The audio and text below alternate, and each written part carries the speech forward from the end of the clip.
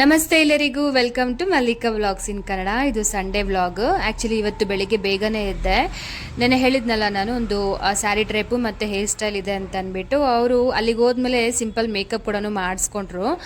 So ಅದಕ್ಕೆ ಎಲ್ಲ ಕೆಲಸದಲ್ಲೂ ಸ್ವಲ್ಪ ಬೇಗನೆ ಹೋಗೋದು ಒಳ್ಳೆಯದು. ನಾನು ಅವ್ರು ಹೇಳಿರೋ ಟೈಮ್ಗಿಂತ ಒಂದು 15 ನಿಮಿಷ ಮುಂಚೆನೇ ಹೋಗಿ ಅಲ್ಲಿರ್ತೀನಿ. ಸೊ ಸಿಚುವೇಶನ್ ಹೇಗಿರುತ್ತೆ ಅನ್ನೋ ಗೊತ್ತಿಲ್ಲ. ನಾವು ಹೋದ್ಮೇಲೆ ತುಂಬ ಕಸ್ಟಮರ್ ರೆಡಿ ಆಗ್ತಾರೆ. ಸೊ ಹಾಗಾಗಿ ನಾನು ಒಂದು 10 ನಿಮಿಷ ಮುಂಚೆನೇ ಹೋಗಿದ್ರೆ ಅವರು ಕೂಡ ಬೇಗ ರೆಡಿ ಆಗ್ತಾರೆ, ನಮ್ಮ ಕೆಲಸ ಕೂಡ ಬೇಗ ಮುಗಿಸ್ಕೊಂಡು ಬರ್ಬೋದು. ಸೊ ಸಂಡೇ ಬೇರೆ, ಮಕ್ಕಳು ಇನ್ನೂ ಮಲಗಿದ್ರು, ನಾನು ಎಬ್ಬರ್ಸಕ್ಕೆ ಹೋಗಲಿಲ್ಲ. ಸರಿ ಖಾಲಿ ಇತ್ತಲ್ವಾ ಟೈಮ್ ಅಂತ ಅಂದ್ಬಿಟ್ಟು ನಾನು ಬೆಡ್ಶೀಟ್ಸ್ ಎಲ್ಲ ಕ್ಲೀನ್ ಮಾಡ್ಕೊಳ್ತಾ ಇದ್ದೆ. ಹಬ್ಬ ಹತ್ರ ಬರ್ತಿರೋದ್ರಿಂದ ಮನೆಯೆಲ್ಲ ಸ್ವಲ್ಪ ಡಸ್ಟಿಂಗ್ ಮಾಡ್ಕೋಬೇಕಾಗಿತ್ತು. ಸೊ ಟೈಮೇ ಸಾಕಾಗ್ತಾ ಇಲ್ಲ ಮನೆ ಕ್ಲೀನ್ ಮಾಡ್ಕೊಳ್ಳೋಣ ಅಂತಂದರೆ. ತುಂಬಾ ಗಲೀಜಾಗ್ಬಿಟ್ಟಿದೆ ಕಿಚನ್ ಮತ್ತು ಬೆಡ್ರೂಮ್ಸ್ ಎಲ್ಲ. ಸೊ ಇರೋವಂಥ ಟೈಮಲ್ಲಿ ನಾನು ಒಂದು 5ರಿಂದ 10 ನಿಮಿಷ ಕ್ಲೀನಿಂಗ್ ಅಂತಲೇ ಇಟ್ಟರೂ ಕೂಡ ಟೈಮೇ ಸಾಕಾಗೋದಿಲ್ಲ. ಇವಾಗ ಹಾಲಲ್ಲಿರೋವಂಥ ದಿವಾನಾಗಿ ಬೆಡ್ಶೀಟ್ಸ್ ಎಲ್ಲ ಬೇರೆ ಚೇಂಜ್ ಮಾಡ್ತಾ ಇದ್ದೀನಿ. ತುಂಬ ಇಲ್ಲೇ ಟೈಮ್ ಸ್ಪೆಂಡ್ ಮಾಡ್ತಾರೆ ಮಕ್ಕಳು. ಸೊ ಡಸ್ಟ್ ಎಲ್ಲ ತುಂಬಾ ಕೂತಿತ್ತು, ಅದೆಲ್ಲ ಕ್ಲೀನ್ ಮಾಡ್ಕೊಳ್ತಾ ಇದ್ದೆ. ಆಮೇಲೆ ಇವತ್ತಿನ ತಿಂಡಿ ಕೂಡ ನಾನು ಅಲ್ಲಿಂದ ಬಂದ ಮೇಲೇ ಮಾಡ್ತೀನಿ. ಲೇಟಾಗಿ ತಿಂತಾರೆ, ಸಂಡೇ ಬೇರೆ ಆಗಿರೋದ್ರಿಂದ. ಸೊ ಅದಕ್ಕೆ ನಾನು ಮನೆಯೆಲ್ಲ ಗುಡಿಸ್ಬಿಟ್ಟು ಸ್ವಲ್ಪ ಕ್ಲೀನ್ ಮಾಡಿ ಇಟ್ಬಿಟ್ಟು ಹೋಗ್ಬಿಡೋಣ, ಆಮೇಲೆ ಬಂದು ತಿಂಡಿ ಎಲ್ಲ ಮಾಡೋಣ ಅಂತ ಅಂದ್ಕೊಂಡೆ. ಸೊ ಪಾತ್ರೆಗಳೆಲ್ಲ ತುಂಬಾ ಬಿದ್ದಿತ್ತು, ಅದನ್ನೆಲ್ಲ ವಾಶ್ ಮಾಡಿ ಕಿಚನ್ ಕೂಡ. ಇನ್ನು ನನ್ನ ಮಾರ್ನಿಂಗ್ ಆ್ಯಕ್ಟಿವಿಟೀಸ್ ಕೆಲವೊಂದು ಇದ್ದೇ ಇರುತ್ತಲ್ವಾ, ಬಿಸಿನೀರು ಕುಡಿಯೋವಂಥದ್ದು, ಟೀ ಕುಡಿಯೋವಂಥದ್ದು. ಸೊ ಈ ಕೆಲಸಗಳನ್ನ ನಾನು ಕಂಪಲ್ಸರಿ ನನಗೋಸ್ಕರ ಮಾಡ್ಕೊಳ್ತೀನಿ. ಬೇರೆ ಎಲ್ಲೋ ಹೋದರೂ ಕೂಡ ಕಸ್ಟಮರ್ಸ್ ಆಫರ್ ಮಾಡ್ತಾರೆ ಟೀ ಕಾಫಿ ತಗೊಳ್ಳಿ ಅಂತ. ಸೊ ನನಗೆ ಕುಡಿಯೋ ಇಷ್ಟ ಆಗೋದಿಲ್ಲ. ನನ್ನ ಕೈಯಾರೆ ನಾನೊಂದು ಗ್ಲಾಸ್ ಸ್ಟ್ರಾಂಗಾಗಿ ಟೀ ಮಾಡ್ಕೊಂಡು ಕುಡಿದ್ರೇ ನನಗೆ ಸ್ಯಾಟಿಸ್ಫ್ಯಾಕ್ಷನ್ ಆಗುತ್ತೆ. ಬೇರೆ ಎಲ್ಲೂ ಕೂಡ ನಾನು ಕುಡಿಯೋಕ್ಕೆ ಹೋಗೋದಿಲ್ಲ, ನನಗೆ ಇಷ್ಟನೂ ಆಗೋದಿಲ್ಲ. ಸೊ ದಿನದಲ್ಲಿ ಒಂದೇ ಸರಿ ಕುಡಿಯೋದ್ರಿಂದ ಅದನ್ನು ನಾನು ಅಭ್ಯಾಸ ಮಾಡ್ಕೊಂಡಿದ್ದೀನಿ. ಸೊ ಅದನ್ನು ಮಾಡಿ ಆಮೇಲೆ ನಾನು ಸ್ನಾನಕ್ಕೂ ಕೂಡ ಹೊರಟೆ. ಬೆಳಗ್ಗೆನೇ ಸ್ನಾನ ಮಾಡಬೇಕು ಅಂದ್ರೇ ತುಂಬಾ ಕಷ್ಟ. ಈಗಂತೂ ತುಂಬಾ ಚಳಿ ಬೇರೆ. ಸೊ ಹಾಗೆ ಹೊರಡೋಣ ಅಂದರೆ ಕಸ್ಟಮರ್ ಹೇಗೆ ಫೀಲ್ ಆಗ್ತಾರೋ ಗೊತ್ತಿಲ್ಲ, ಹೇಗಿದ್ರೆ ಹಾಗೆ ಕೂಡ ಹೋಗೋಕ್ಕಾಗಲ್ವಲ್ಲ.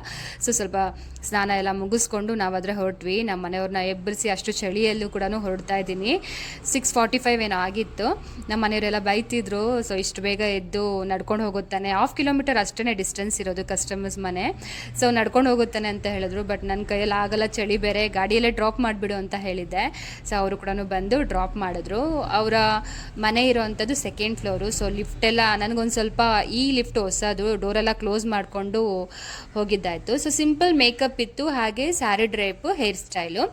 ಇವ್ರೇನಂದ್ರೆ ಸಂಕ್ರಾಂತಿ ಹಬ್ಬ ಹತ್ರ ಬರ್ತಿರೋದ್ರಿಂದ ಒಂದು ಗೆಟ್ ಟುಗೆದರ್ ಪಾರ್ಟಿ, ಕಿಟಿ ಪಾರ್ಟೀಸ್ ಎಲ್ಲ ತುಂಬಾನೇ ಅಟೆಂಡ್ ಮಾಡ್ತಾರೆ. ಮಕ್ಕಳ ಜೊತೆಗೆ ಡ್ಯಾನ್ಸ್ ಪ್ರೋಗ್ರಾಮ್ ಇದ್ದಿದ್ರಿಂದ ನನಗೆ ಕಂಫರ್ಟಬಲ್ ಆಗಿ ಸ್ಯಾರಿ ಮಾತ್ರ ಡ್ರೇಪ್ ಮಾಡಿಕೊಡಿ ಅಂತ ಹೇಳಿದ್ರು. ಸೊ ಅದನ್ನು ನೀಟಾಗಿ ಸ್ಯಾರಿ ಡ್ರೇಪ್ ಮಾಡಿಕೊಟ್ಬಿಟ್ಟು ಹೇರ್ ಸ್ಟೈಲ್ ಬಂದುಬಿಟ್ಟು ಬನ್ ಹೇರ್ ಸ್ಟೈಲ್ ಕೂಡ ಹಾಕಿದ್ದೆ.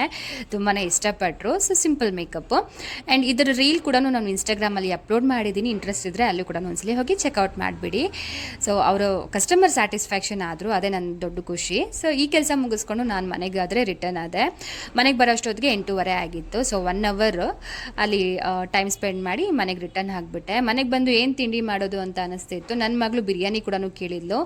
ಬಿರಿಯಾನಿ ಇವಾಗ ಬೇಡ, ರೈಸ್ ಐಟಮ್ ಮಧ್ಯಾಹ್ನ ಮಾಡ್ಕೊಳ್ಳೋಣ ಅಂತ ಅಂದ್ಬಿಟ್ಟು ಇವಾಗ ನಾನು ಶಾವಿಗೆ ಬಾತ್ ಮಾಡ್ತಿದ್ದೀನಿ. ಅಂದರೆ ಎಗ್ ಎಲ್ಲ ಹಾಕಿಬಿಟ್ಟು ಶಾವಿಗೆ ಬಾತು, ಮ್ಯಾಗಿ ಪೌಡರ್ ಎಲ್ಲ ಬರುತ್ತಲ್ಲ ಅದನ್ನೆಲ್ಲ ಹಾಕಿ ಮಾಡಿದ್ರೆ ತುಂಬಾ ಚೆನ್ನಾಗಿರುತ್ತೆ, ಮಕ್ಕಳು ಇಷ್ಟಪಟ್ಟು ತಿಂತಾರೆ. ಸೊ ಎಗ್ ಕೂಡ ಮನೇಲಿ ಇದ್ದಿದ್ದರಿಂದ ತರಕಾರಿ ಎಲ್ಲ ಕಟ್ ಮಾಡಿಕೊಂಡು ನಾನು ಇಲ್ಲಿ ಶಾವಿಗೆ ಬಾತ್ ಆದರೆ ಮಾಡ್ತಿದ್ದೆ. ತುಂಬಾ ಟೇಸ್ಟಿಯಾಗೂ ಇತ್ತು. ಆ್ಯಂಡ್ ಮಧ್ಯಾಹ್ನ ಊಟಕ್ಕೆ ನಾನು ಚಿಕನ್ ಮತ್ತು ಮಟನ್ ಕೂಡ ತರಿಸಿದ್ದೀನಿ. ಮಧ್ಯಾಹ್ನ ಬಂದು ಮಾಡ್ಕೊಳ್ಳೋಣ ಅಂತ ಅಂದ್ಬಿಟ್ಟು ಬೇಗ ಈ ಕೆಲಸ ಮುಗಿಸ್ಕೊಂಡು ಪಾರ್ಲರ್ ಓಪನ್ ಮಾಡೋಣ ಅಂತ ಅಂದ್ಕೊಂಡು ಹೋಗ್ತಿದ್ವಿ.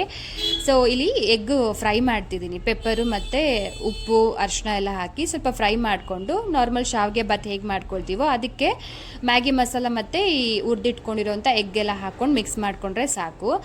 ನಾವು 4 ಜನಕ್ಕೂ ಕೂಡ ಇದು ಆರಾಮಾಗಿ ಸರಿಯೋಯ್ತು. ಆ್ಯಂಡ್ ಇಲ್ಲಿ ನಾನು ಮನಿ ಪ್ಲ್ಯಾಂಟ್ ತೋರಿಸಿದ್ದೀನಿ ನೋಡಿ. ನಾನು ರೀಸೆಂಟಾಗಿ 15 ಡೇಸ್ ಆಯಿತು ಈ ಒಂದು ಕಪ್ಪಲ್ಲಿ, ಟೀ ಕಪ್ ಇದು, ಈ ಟೀ ಕಪ್ಪಲ್ಲಿ ಮನಿ ಪ್ಲ್ಯಾಂಟ್ ಕೂಡ ಹಾಕಿಟ್ಟಿದ್ದೆ. ಎಷ್ಟು ಚೆನ್ನಾಗಿ ಗ್ರೋತ್ ಆಗ್ತಿದೆ ಅಂದರೆ.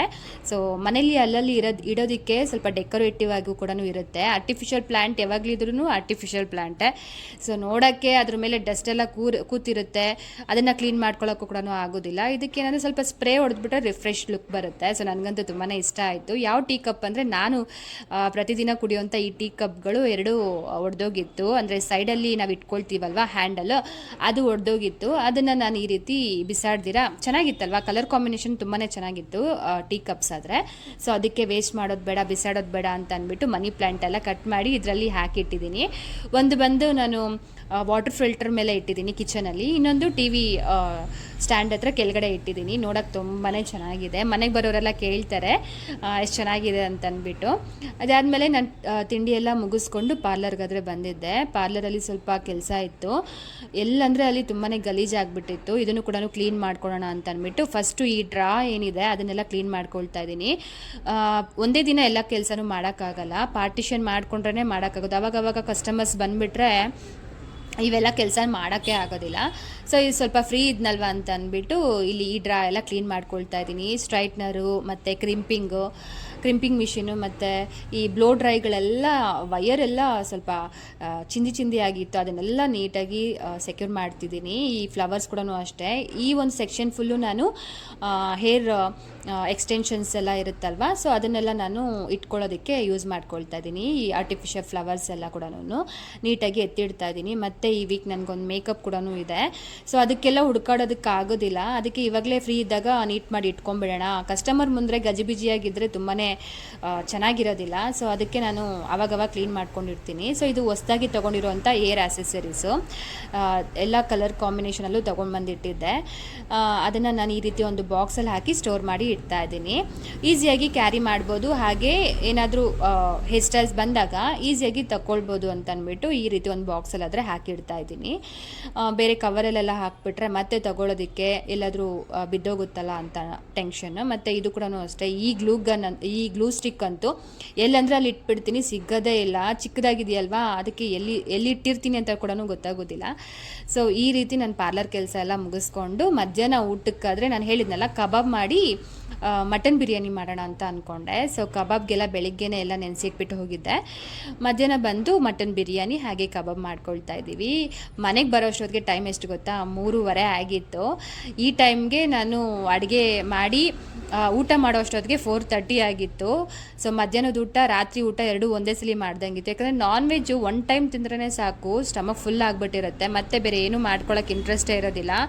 4:30ಗೆ ನಾನು ಲಂಚ್ ಮಾಡಿರೋದ್ರಿಂದ ರಾತ್ರಿ ಅಂತೂ ಊಟ ಮಾಡೋಕ್ಕೆ ಇಂಟ್ರೆಸ್ಟ್ ಇರಲಿಲ್ಲ ಮಕ್ಕಳಿಗಾಗಿ. ರಾತ್ರಿ ಊಟ ಮಾತ್ರ ತುಂಬಾ ಸಿಂಪಲ್ಲಾಗಿ ಟೊಮಟೊ ಗೊಜ್ಜು ಮಾಡಿಕೊಂಡೆ, ನಾನ್ ವೆಜ್ ಎಲ್ಲ ತಿನ್ನೋಕ್ಕೆ ಹೋಗಲಿಲ್ಲ.